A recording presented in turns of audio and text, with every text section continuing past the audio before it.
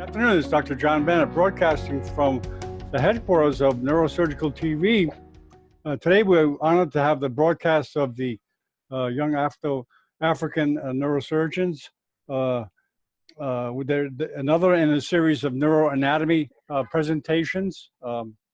And we have Nathalie here. She's going to tell us a correct name, as well as some other panelists I'm glad to see. Okay, hello, Marco. Hello, guys. Nice to meet you. For everyone who don't know me, I'm Marco Meloni. I'm a consultant neurosurgeon, and I work in North Italy. Thank you. Well, welcome, Marco. Ulrich. Hello, everyone. I'm Ulrich Sidney, a final medical student from Cameroon and a research associate at Harvard's PGSST program. Nice to meet you all. Yeah, we look forward to hearing from Ulrich and Harvard. And a new arrival, Jack. I don't know, Jack, if you got Dylan's here. He's coming in now. I'm sorry here. Let me gotta let him in. Jack, are you there? Can you hear me? Let me unmute you. Jack, MD. Just introduce yourself, could you please? Or okay, there's Jack. Go ahead, Jack. Okay. Go ahead, Jack. Can you introduce yourself? Oh, Jack left. Dylan, welcome. Hello, John. Thanks. I'm Dylan, 7-year medical student from Cameroon. Nice to meet you all. Okay, welcome. Thank you for coming. Mahai, can you hear me okay? Let me unmute you here.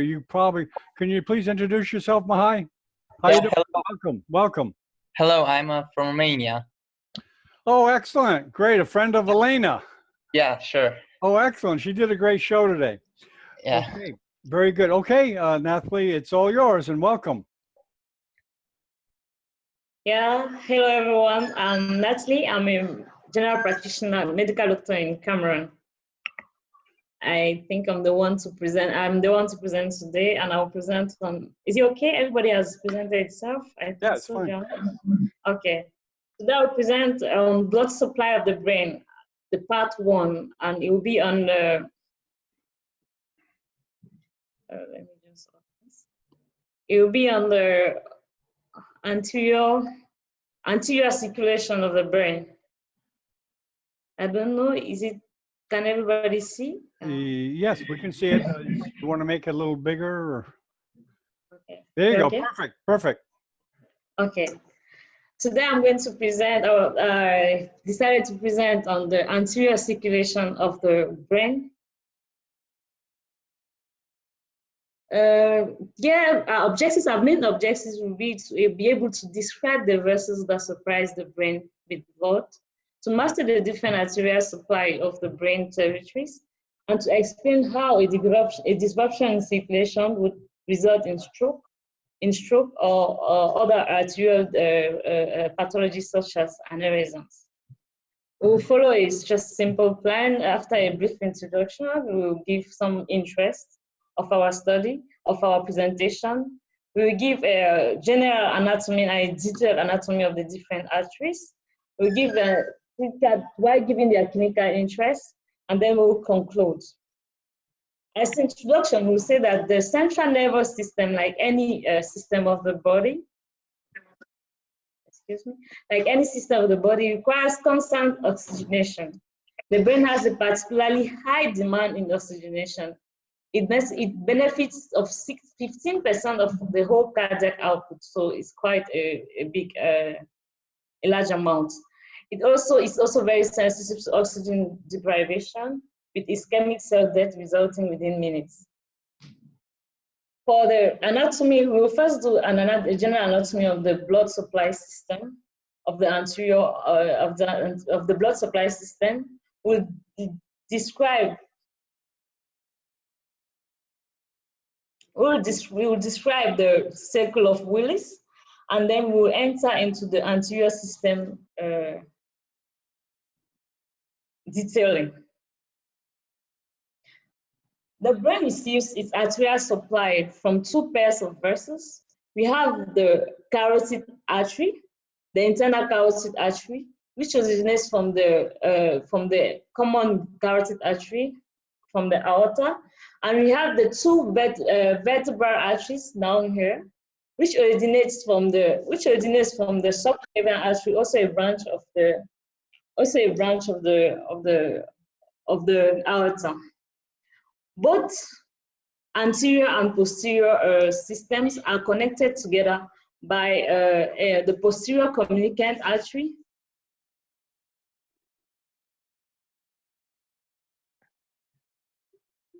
By the posterior communicant artery, and connected together, all of it forms a form of circle called as circus arteriosus, or also known as the circle of Willis. Here we have an image, an angiogram, which shows the different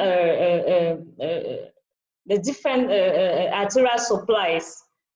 Here we have the anterior supply. We have the common. On the right, we have the common carotid arteries, which after this, here we have the sinus, which after the sinus artery bifurcates into two. We have the external carotid artery behind, posteriorly, and we have the internal carotid artery, which further courses towards the intracranial part of the brain. Posteriorly, we have the vertebral artery, the vertebral right artery, which originates from the subclavian artery, courses to the transverse foraminus of some cervical vertebrae to the intracranial portion, where it joins to form the basilar artery. We'll first start by the anterior supply. A general view of the anterior supply is mainly done by the internal carotid artery, which arises from the common carotid artery, as here, which arises from the common carotid artery at the level of C4 on the neck. It enters the skull via the carotid canal in the petrous temporal bone. This is the petrous temporal bone, and terminates at the bifurcation into the anterior cerebral artery and the middle cerebral artery. This artery has two portions, an extracranial portion and an intracranial. This is the extracranial portion, C1, and the intracranial portion made up of C2 to C4. The internal carotid artery is made up of 4 segments. We have the cervical segments. The cervical segment extends from the junction, as we saw before, with the common carotid artery to the external orifice of the carotid canal at the temporal and at the petrous temporal bone. The C2 segment, which has a horizontal pattern, courses within the carotid canal inside the petrous part of the temporal bone to an end where the artery enters into the cavernous sinus. This is the cavernous sinus in the sphenoid bone. We have C3, which is the cavernous part, courses within the cavernous sinus, cuts vertically within the cavernous sinus, and ends where the artery passes into the dura mater, that is into the subaryanoid space. This C3 forms the roof of the cavernous sinus. We then have C4, which is the supraclinoid portion, which begins where the artery enters the subaryanoid space and terminates by the bifurcation, that's it, and terminates by the bifurcation into the anterior carotid artery and the middle carotid artery. Sorry, the anterior cerebral artery and middle cerebral artery, sorry. Here we have a 3-dimensional representation of the different segments of the carotid artery. We have first the cervical, the C1, which is cervical, which is precochlear. We have the the C2, which passes through the carotid artery in the petrous bone of the temporal, the petrous part of the temporal bone. We have the C3, also called as glycerian or clival portion, which passes through, which is intracavernous, passes through the cavernous sinus and ends where the carotid artery enters into the subarachnoid space. Here we have a digital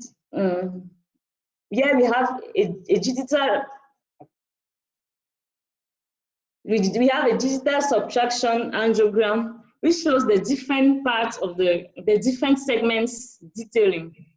Here we have C1, which is vertical, then C2, which is horizontal, C3, cavernous, which is vertical, and C4. C4 further, which is intradural, further subdivides into three segments. We have first the ophthalmic segment, then the communicating segment, and the choroidal segment. These different segments gives 1 to 9 perforating branches, amongst which in the choroid segment, we have the anterior choroidal artery, which vascularizes part of the plexus, the choroidal plexus. On the second segment, the communicant segment, we have the posterior communicating artery, which is the main artery which links the anterior system to the posterior system. Then we have the ophthalmic segment, which has 1 to 7 branches, amongst which the ophthalmic artery, which will vascularize the choroid of the eye.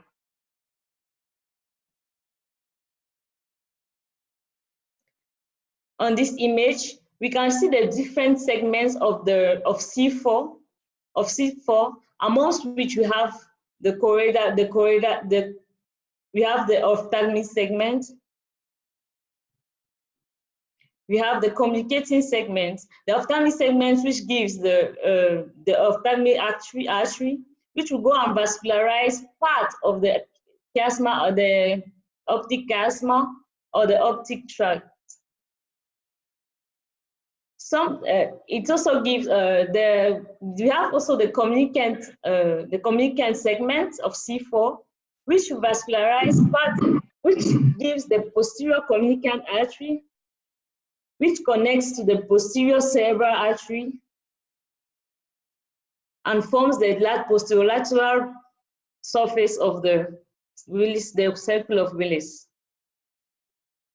We also have the choroid segment, which is deep green, which will give the anterior choroidal artery, which is one of the main arteries which vascularizes the choroid plexus. The choroid plexus is very important in the secretion. It's a plexus which is important in the secretion of CSF fluid.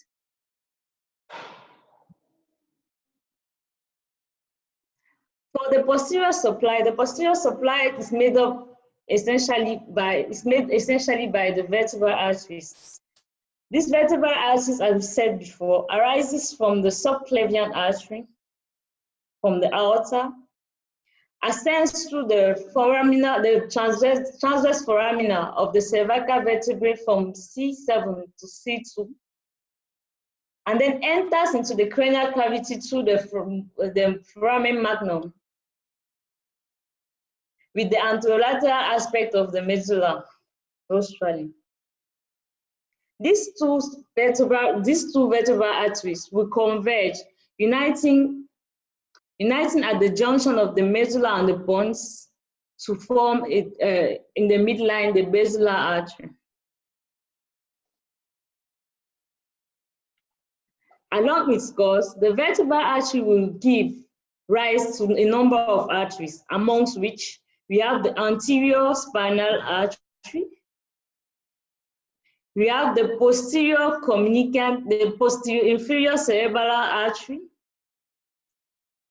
We also have the middle, usually have also the medullary artery, which you can see here. For the basilar portion will give arteries, the labyrinthine arteries, the anterior inferior cerebral arteries, the pontine arteries, and finally will be the superior cerebral artery, and finally will bifurcate into the posterior cerebral artery, which will take part into the formation of the circle of Willis.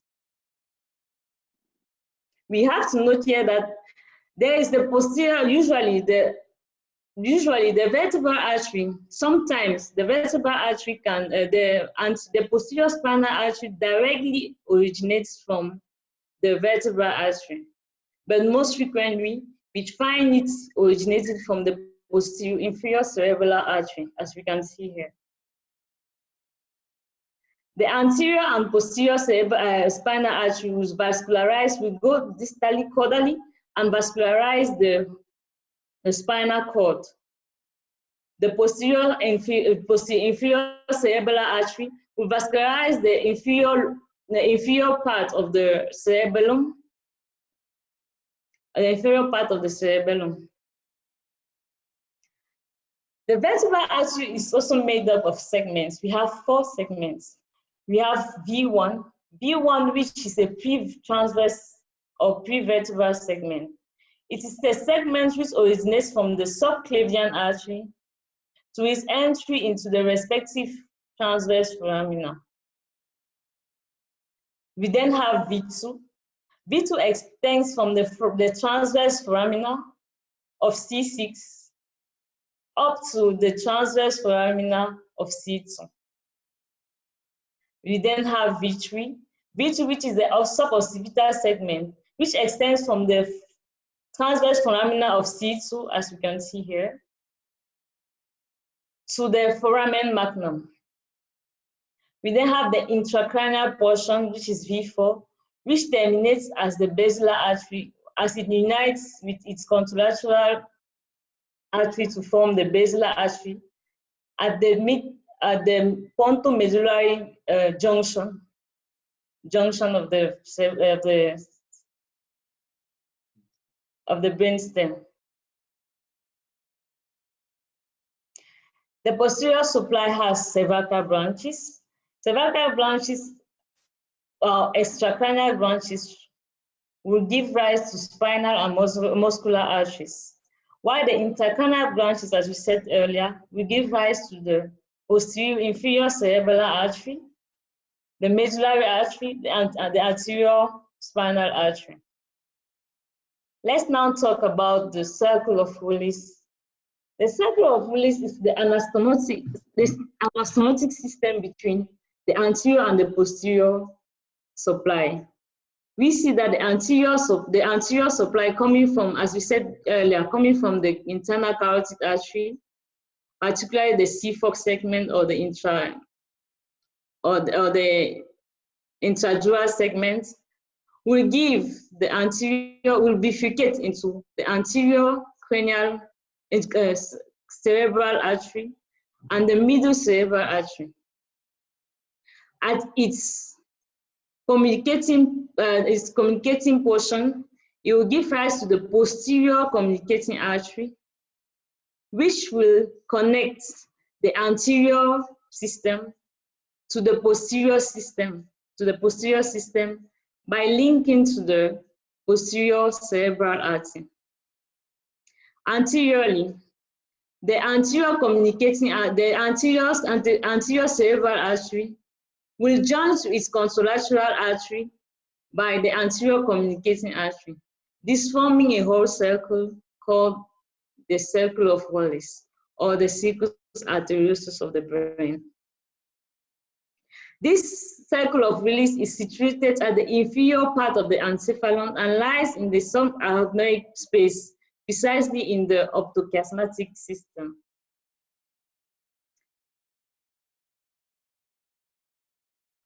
Here we have an image of an angiogram, which shows the 2 vertebral arteries posteriorly, which shows this, which gives the two vertebral arteries, which will give the basilar artery, and the basilar artery will divide into two, giving the posterior, will bifurcate at its end into two to give the posterior cerebral artery, to which it communicates with the anterior. It communicates with the internal carotid artery through this small artery, these three, the posterior communicating artery. Here we have the anterior, we have the internal carotid artery, which will give two arteries, which at its ends bifurcates into the anterior carotid artery and the the anterior cerebral artery and the middle cerebral artery. The middle cerebral artery further communicates with its contralateral artery through the anterior communicating communicant artery.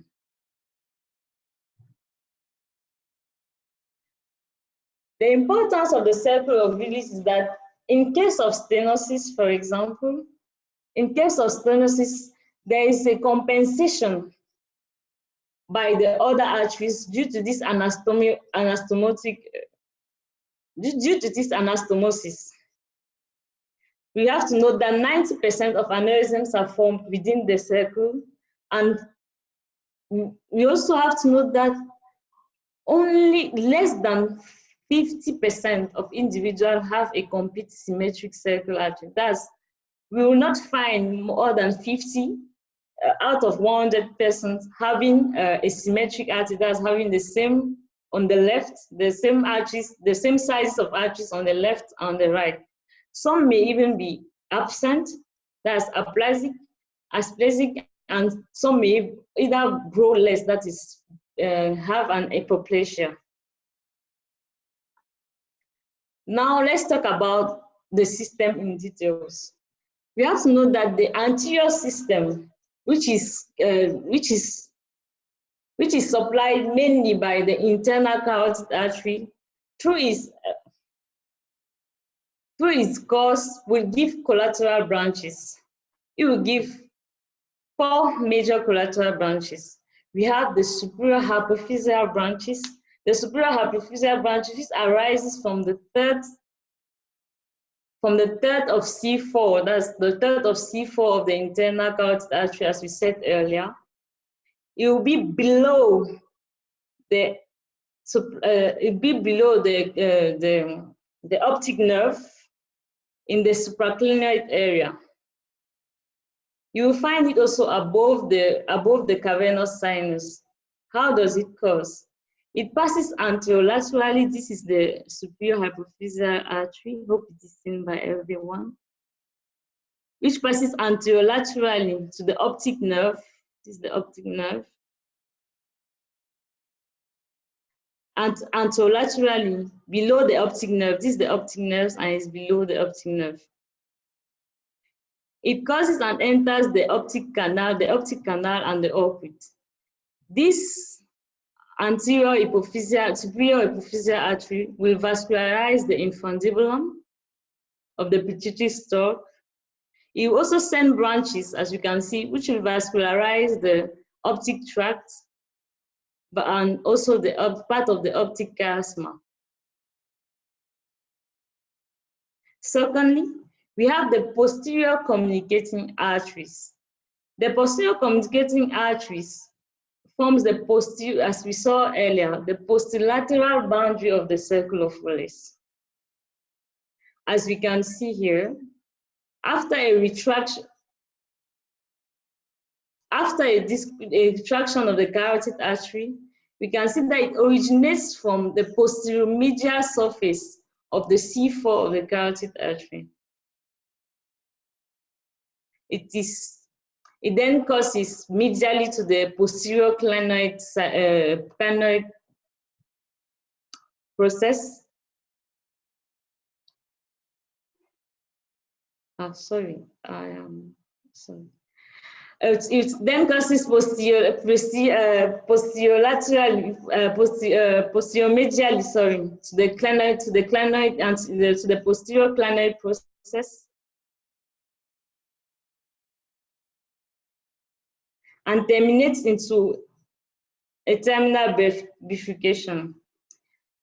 It causes backward and medially below under the tuber cinereum. The tuber cinereum is a portion situated between the mammillary bodies and the hypophysis and the celatosecum. So you pass below the tuber cinereum, above the pituitary, the celatosecum, and slightly above C3. This C3. This is an inferior view. Sorry, I didn't precise it. It then goes and joins the first portion of the posterior cerebral arteries.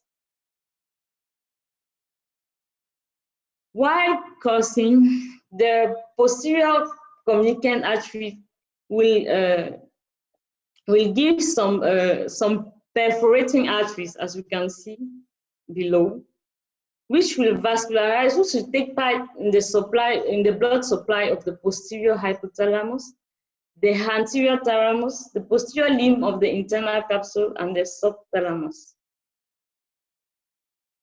This is another image. This is the same image as we saw before. We see the posterior communicant artery arising from the posterior medial part of the internal carotid artery and medially to the posterior clinoid process. It is this since it is an inferior view, it will be above it will pass above the optic nerve, pass above the optic nerves, and will link medially to the first portion of the posterior cerebral artery. These are the perforating arteries that it gives. On the second image, after a retraction of the temporal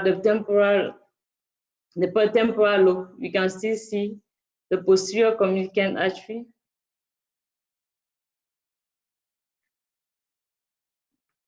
which causes to go and penetrate into P1. P1 is being closed by the retractor. So the third collateral branch that it gives is the anterior choroidal artery. This is an artery which is usually single and is found, it originates near the posterior communicant artery. There's it. And this is the posterior communicant artery, which links to the posterior cerebral artery. It causes posterior medially behind the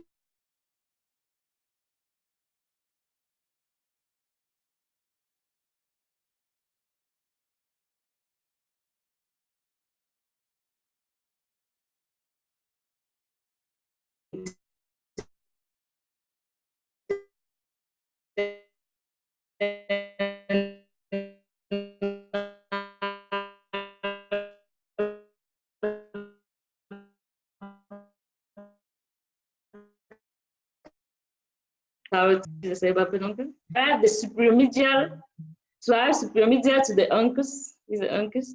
Sorry, the uncus has been cut.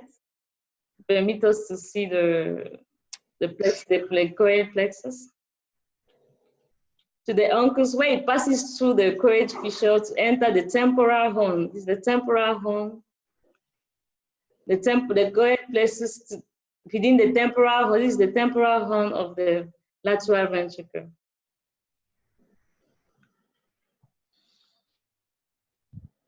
It then crosses along the medial border of the choroid plexus. This medially, as you can see medially.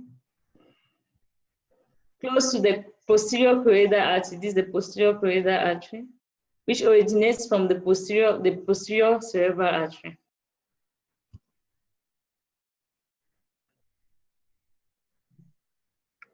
The anterior choroidal artery always supplies the choroid plexus of the temporal horn, but sometimes you can find it supplying also the medial half of the globus pallidus. The globus pallidus is more, sorry, we don't have a image. Globus pallidus, the posterior limb of the reticulolenticular limb of the internal capsule. It can also supply through its course the optic tract, as we saw here. The optic tract, the lateral geniculated body of the optic tract. It can also supply the caudate tail, the thalamus, the hypothalamus, and the subthalamus, but this is not always. It can do so.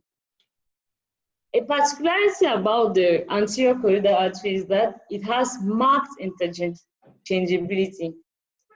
It has marked interchangeability with nearby branches of the C4 segment of the IC, of the internal carotid artery.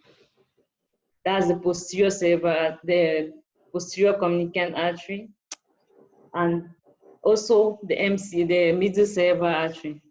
For example, if in case the anterior choroidal artery is hyperplasic, that it doesn't grow much to vascularize, for example, the choroid plexus or these other segments which it doesn't frequently vascularize, the posterior communicant artery will compensate, and vice versa. This is another image which shows the anterior choroidal artery originating from the internal carotid artery. It crosses posterior medially, passes through the optic tract, crosses the optic tract medially, and then laterally at the cruciate system, then penetrates into the temporal horn of the lateral ventricle to vascularize the choroid plexus, which is here. Here is another image. It is an inferior view of lateral view, showing the anterior choroidal artery originating from the carotid artery, the C4 segment of the carotid artery, causing posterior medially to go and vascularize the choroid plexus. These are other views. This is a lateral view with the temporal part of the temporal lobe has been resected. You see it crossing, entering the choroidal fissure to go and vascularize the to supply blood to the choroid artery. The choroid plexus, sorry.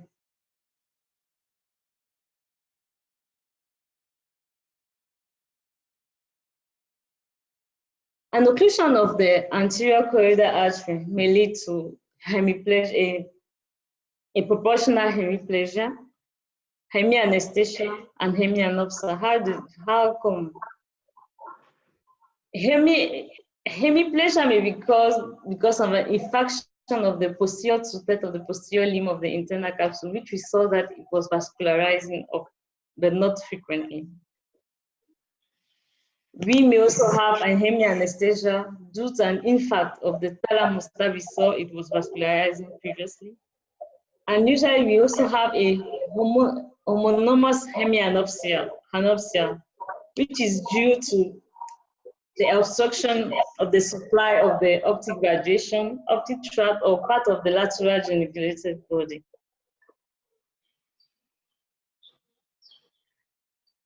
We then enter into the terminal branches of the anterior supply. We have two main terminal branches, as we said earlier, of the anterior supply. The internal carotid will bifurcate at the end to form the middle cerebral artery and the anterior cerebral artery. We will start by the middle cerebral artery. The middle cerebral artery originates from medial to the Sylvian fissure. Is the Sylvian fissure. The Sylvian fissure is this fissure found between the frontal lobe and the temporal lobe downward, up and the temporal lobe downward. It crosses laterally, laterally to the optic chiasma. It's lateral to the optic chiasma. Below the anterior perforated substance, which is usually found here, and posterior to the olfactory tract into the medial and lateral olfactory tract. Here we have an image, a perianal cut of the cutaneous exposure of the circle of Willis. We see the middle cerebral artery, which causes laterally to the optic chiasma. While cursing it also gives some perforated branches, perforating branches, which are known as the lenticular striated.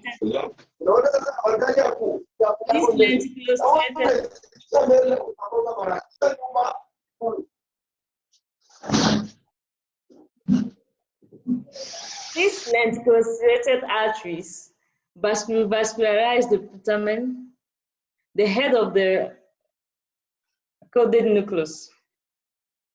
So we can see that after a retraction of the temporal lobe, we can clearly see, we can better see or clearly see the middle cerebral artery and its course to the Sylvian fissure. This is the frontal lobe, this is the temporal lobe. After a retraction, we can clearly see the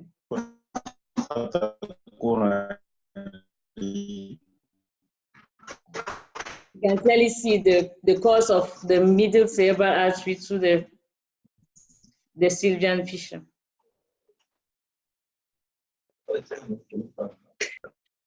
The course of the middle cerebral artery, as we said before, courses below the anterior perforated substance, gives rise to a series of perforating branches, as we said earlier, called the lenticular striated branches, which will vascularize the putamen.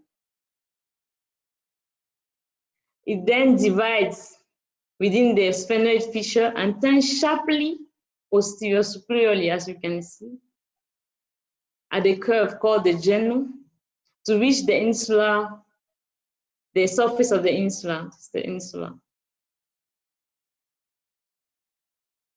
At the periphery of the insula, the branches pass medially as it's coming down. It passes to the medial surface of the opercula of the frontal lobe, temporal lobe, is it? The opercula of the frontal lobe, temporal lobe, and the parietal lobe. The opercula is this lid which the frontal, temporal, and occipital lobe and parietal lobes produce to cover with their hemispheres to cover the insula. On the second image, we have an external view after a retraction of the frontal and the temporal lobe. We have a better view of the middle cerebral artery, which originates from the internal carotid artery laterally and gives different branches. The middle cerebral artery is also divided into 4 segments. We have the sphenoidal segment. The sphenoidal segment begins at the origin of the middle cerebral arteries and extend horizontally within the depth, deeply into the Sylvian fissure, as you can see here. And S and the genu, we said that the genu was this flexion, this 90 degrees flexion that the artery does to enter into the insula, the surface of to the surface of the insula. We then have M2. This M1 will give, as we said earlier, perforating arteries. perforating arteries known as lenticulostriated artery, which should vascularize the head of the caudate nucleus, the putamen, the claustrum behind, and the puglostrum behind. The M2, which is the insular segment, it begins at the genome, as we saw earlier. It passes through the lumen of the insula, yes, and ends into the circular circus of the insula. This is the circular circus. The M2, that's the insular segment, is the main arterial supply for the insula. Then we have the opercular segment. The opercular segment will begin at the circular circus and ends at the surface of the sylvian fissure. That's here. The branches forming the M3 segment closely adhere to and cross over the surface of the frontoparietal, that's the frontoparietal and temporal opercula, to reach the superficial part of the sylvian fissure, that's laterally.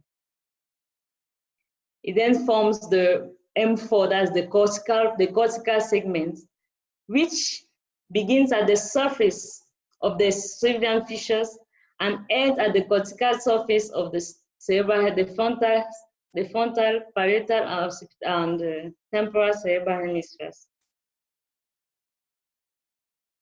Here we have a branch of M1, which will cross horizontally and then ends at the genome, this 90-degree bend, to form the M2, which crosses in the lumen of the insula and ends at the circular circus.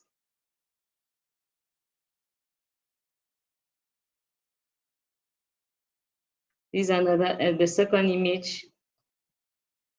We can see M1.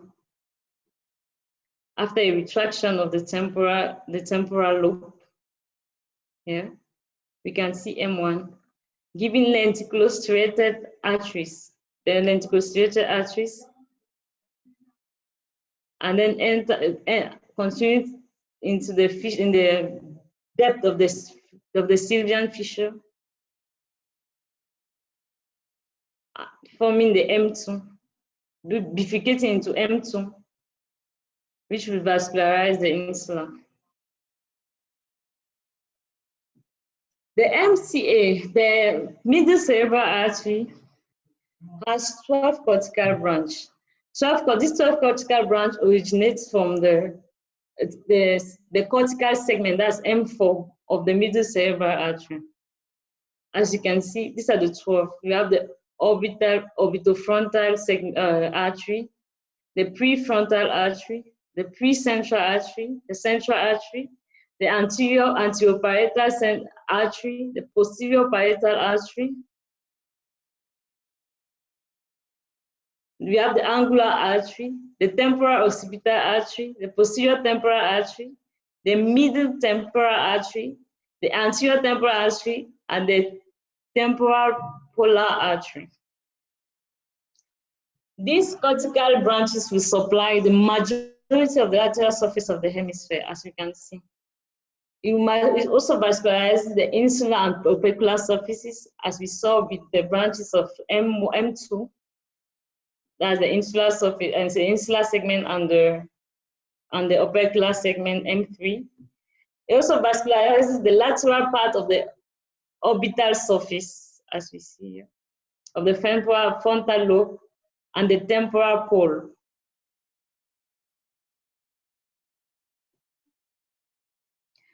This image shows different anatomic presentation cuts of the brain in a frontal aspect. So we can see here M1 crossing into the sylvian fissure, giving M2, bending at the genome to give the M2. Then M3, which comes from the circular circus of the insula outwards towards the superficial surface of the opercula, and then giving M4, which vascularizes the cortical surfaces of the frontotemporal parietal lobes.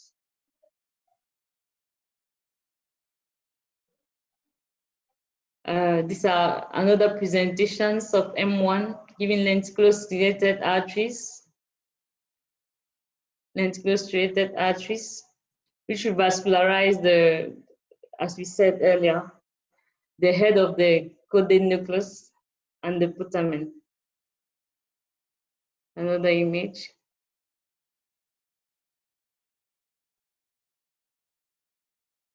This is a superior view.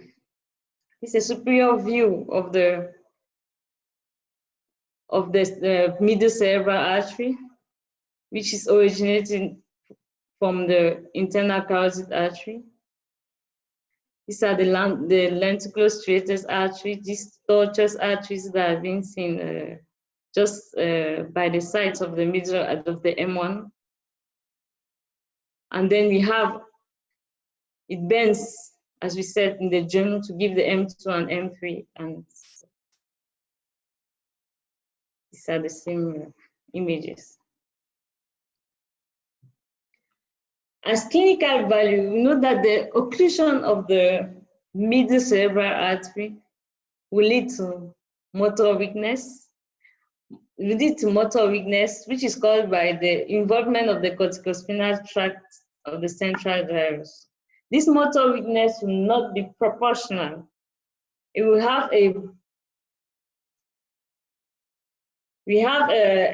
how can I say, the upper limbs will be more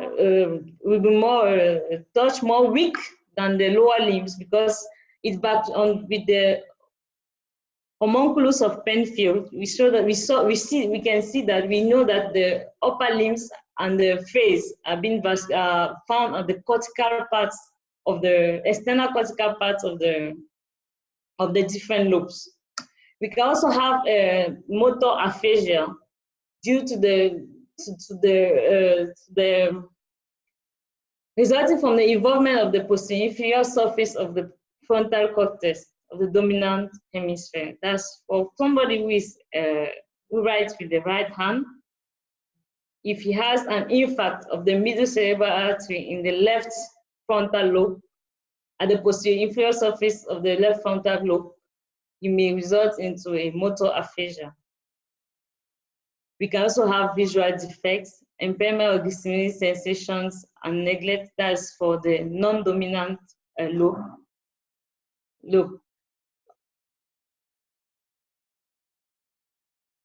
Impairment and discriminating sensation and neglect of space and body parts may result in the involvement of the parietal lobe. That's finger anosmia, right-left disorientation, acalculia, and agraphia. This syndrome is known as the Getzmann syndrome.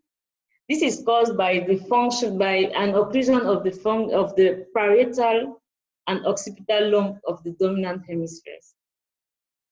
You can also have a receptive aphasia, which could be caused by the occlusion of the temporal parietal area.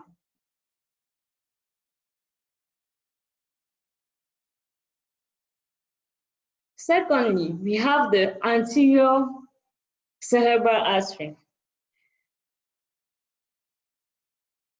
Anterior cerebral artery arises medially from the Sivian fissure. It is lateral to the optic chiasma. As you can see, after a retraction of the optic chiasma, we can clearly see the anterior cerebral artery. And it is below the anterior perforated substance. It causes, as we can see, anteromedially, above the optic nerve or optic chiasma. As you can see, it is above. And below the medial olfactory striate to enter the interhemispheric fissure. This is the interhemispheric fissure of the frontal lobes. Near its entrance into the fissure, as here, it joins to the opposite artery the opposite anterior cerebral artery by an artery called the anterior communicant artery. It then ascends in front of the lamina terminalis to pass into the longitudinal fissure between the cerebral hemispheres, the frontal cerebral hemispheres.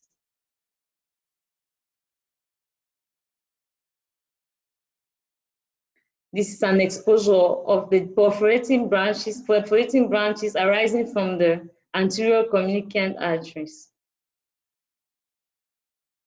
They will pass backward to enter into the diencephalon through the region of the lamina. This perforating artery will vascularize the peduncular cerebral, the cerebral peduncular, also known as mesencephalon. The anterior communicant artery has 5 segments, like the other arteries, main arteries. It has A1. It is first divided into 2. The pre-communicating artery, that's the part of the artery which is found before the anterior communicating artery, and we have the post-communicating artery, which is made up of 4 segments. The A1 or pre-communicating artery will extend. The A1 will extend from the origin of the anterior cerebral artery to the anterior communicant artery, just before it enters the interhemispheric space. It crosses above the optic chiasma, as you can see, or usually the optic nerve, to join the anterior communicant artery. We have to note that in pathology, when you have an hypoplasia of the pre-communicating segment of the anterior communicating artery, it is usually associated or result into an aneurysm, of the anterior communicant artery in 85% of the cases. This artery has 2 segments. It has a posterior superior segment and a posterior inferior segment. This posterior superior segment will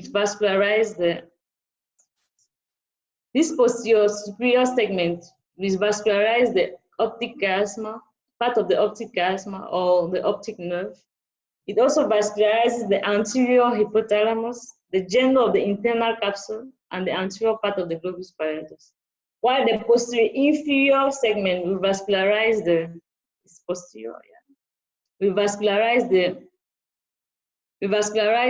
optic nerve, the optic chiasma, and sometimes the optic tract. The A2 segment, also known as infracallosal segment, will give 3 important branches. There is the recurrent artery of Hertner. The recurrent artery of Hertner is the recurrent artery of Hertner. It irrigates the internal capsule. You can see the internal capsule. Particularly the posterior limb of the internal capsule, and also irrigates the putamen. It will also give the orbitofrontal artery, which will irrigate the gyrus rectus of pulmonary bulb and tract. It will also give the frontopolar artery, which irrigates the pole of the frontal lobe.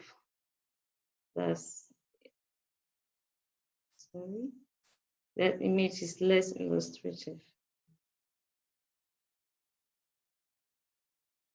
So this is the A2 segments.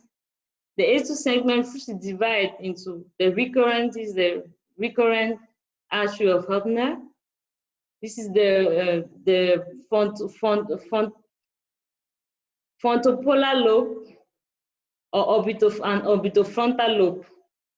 So it vascularizes the frontoorbital, so the frontopolar lobe vascularizes the pole of the frontal lobe, while the orbitofrontal lobe vascularizes, as we said earlier, the olfactory bulb or tract. We have another image of A2 here, which would give the recurrent, the recurrent artery of Hopner, and will give other two arteries. We also have A3, also called a pericallosal artery. The pericallosal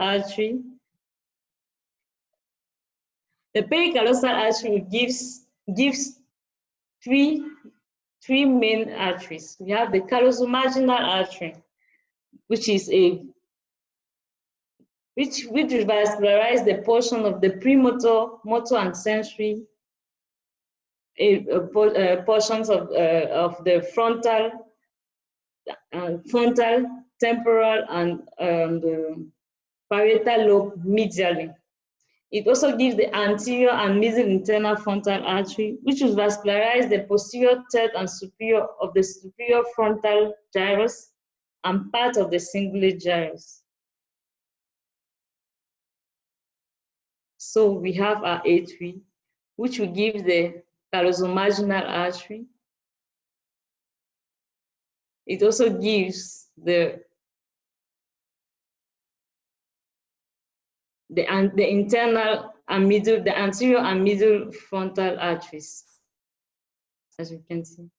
The callosomarginal arteries penetrates deeply to vascularize the portions of the motor, sensory, and the portion of the motor and sensory areas of the parietal frontal bones, respectively. We then have A4 and A5. A4 and A5 are found above the corpus callosum, as you can see. And they divide into two: an anterior part, which is A4, which will give the paracentral artery, which vascularizes, which is a deep branch, which vascularizes the premotor, motor, and somatic sensory areas. While the A5, which is the posterior part, will vascularize the superior portion of the precuneus and the posterior inferior part of the precuneus. This is an image showing A1 and its perforating branches.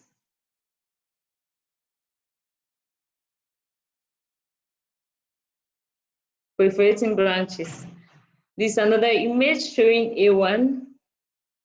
A dissection of A2 has been made to better see A1. This is from an inferior view. An inferior view. Thank you for your attention. Okay, Nathalie, thank you very much. Excellent.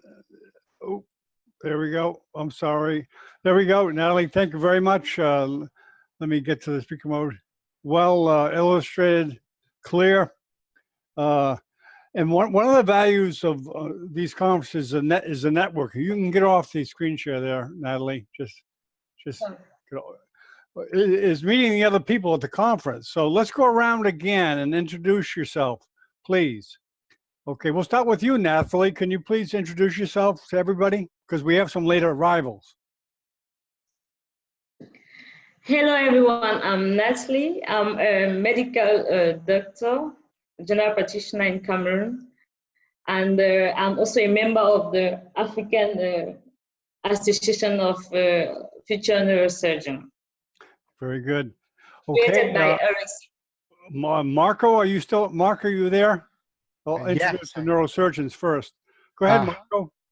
Hello, everybody. My name is Marco Meloni. I'm a consultant neurosurgeon in Italy, northern part. Okay, welcome. A frequent participant here. Naru, could you please introduce yourself? Hello everybody, I am Nuru Bankal. I am in my 5 years of the residence course in Morocco here in WFNS reference center of training of young neurosurgeons in Africa. Thank you to come everyone. Okay, one thing that Naru is showing us is that when you're low on bandwidth, sometimes you have to turn the camera off so that we can hear you, because the audio part is really the more important. Okay, Emmanuel, could you please introduce yourself and welcome? Yeah. Hello, can you hear me? Yes, we can. Yeah, my name is Emmanuel. I'm a first-year postgraduate student from Russia and working at the Institute of Neurosurgery, also known as Brodenka, Russian Federation.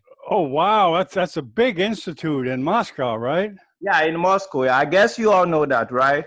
Well, the name rings with me ever since being involved in neurosurgery and the Russian neurosurgeons, Dr. Sufinov and Tayuman. I don't know if you know his name, but anyways, let's continue with the introduction. There's a gentleman I met online from the Dominican Republic, Johnson. Could you please introduce yourself to everybody?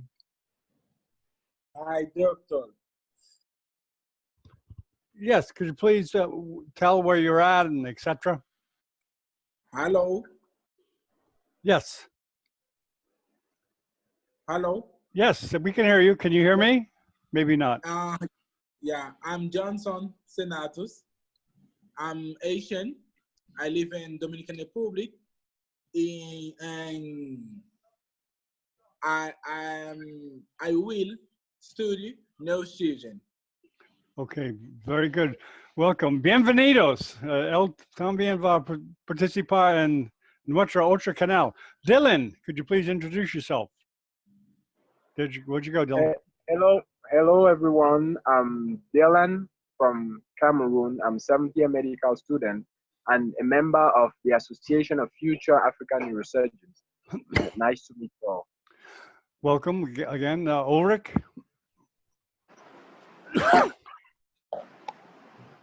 Ulrich, are you there? Okay. Yeah, go ahead, Ulrich. Yeah, thanks, John. Hello, everyone.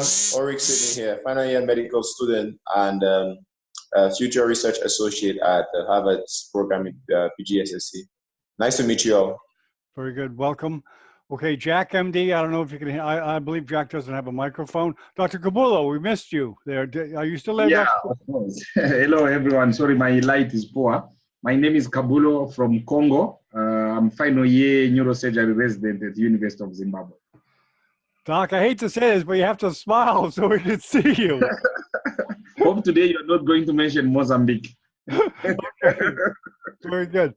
Okay, I think it wraps up everything. Does anybody have any comments or questions for Nathalie? Marco, you're an anatomist.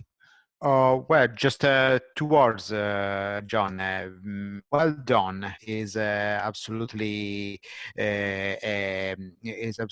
perfect. Very extensive. Is the residency residency lesson in the cerebral vascular surgery. So, just my congratulations, Nathalie. Thank you. Thank you. Okay. Thank you, Dr. Marco. Thank you. Go ahead. Did someone say, Nathalie, you saying something? I was saying thank you to Dr. Marco. Thank you very much. And thank you for being with us every time. Thank you. You're welcome, darling. Okay. Any more comments or observations? Okay, well, I'd like to thank everyone for coming.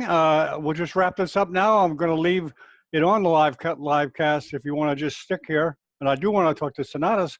Okay, thanks everyone, and we'll see you next week. What is it? What is the conference next week? Could you just John, there's hydrocephalus by Dr. Neuro. Peripheral nerves. Today. Are you giving it, Nathalie? Yeah, it was supposed to be today. You gave it on. You put it on the flyer. Oh, okay. Yes. Very good. I'm gonna do my presentation now. If you are ready. Let me just wrap this up for editing purposes, okay? Oh, no, I'll tell you what. Let's continue. I'll just edit this part out, okay? 10, 9, 8, 7, 6, 5, 4, 3, 2, 1. Good afternoon from Miami Beach. This is Dr. John Bennett with Neurosurgical TV headquarters. I'd like to introduce today Naru Dine. He's a neurosurgical resident from Morocco. Before we turn it over to Naru, let's just quickly go through the panelists. Could you please introduce yourself? Hawaii. Okay, thank you, John. Hold on, Naru. Well, I'm just introducing the people here first. Hold on. And then we'll turn it. Hello, Hawaii, are you there? No, I guess not. Can you unmute yourself and introduce yourself? Okay, we're having trouble. Okay, Emmanuel, we'll try again. Go ahead, Emmanuel. Okay. Hello, guys. My name is Emmanuel, first-year postgraduate student from Russian Federation. Okay. Nice to meet you all. Thank you. And once again, Johnson, could you please introduce yourself? Johnson, go ahead. Hey, thank you for the information about this, and I will like. Okay, well, this is just introducing yourself. Just introduce with your name and where you're working, etc. Okay. So okay. It's Johnson, and I'm medical student. Okay. And I live in Dominican Republic. Okay. Bienvenidos. Muchas gracias. Okay. Let's see. Who else? Ulrich. Once again, could you introduce yourself? No trabajo. Oh, hold on, Johnson. We're introducing the other people. Ulrich, are you there? No. Hello. Hola a todos. Very good. Thank you very much. I'm Ulrich Sidney. So I'm final year medical student and a future research associate at Harvard. Nice to meet you all. Welcome. And Jack MD is not there. And Dr. Kabulo, are you there again? Could you please? Yes. My name is Kabulo from Congo. I'm currently final year neurosurgery resident at the University of Zimbabwe. Okay, welcome.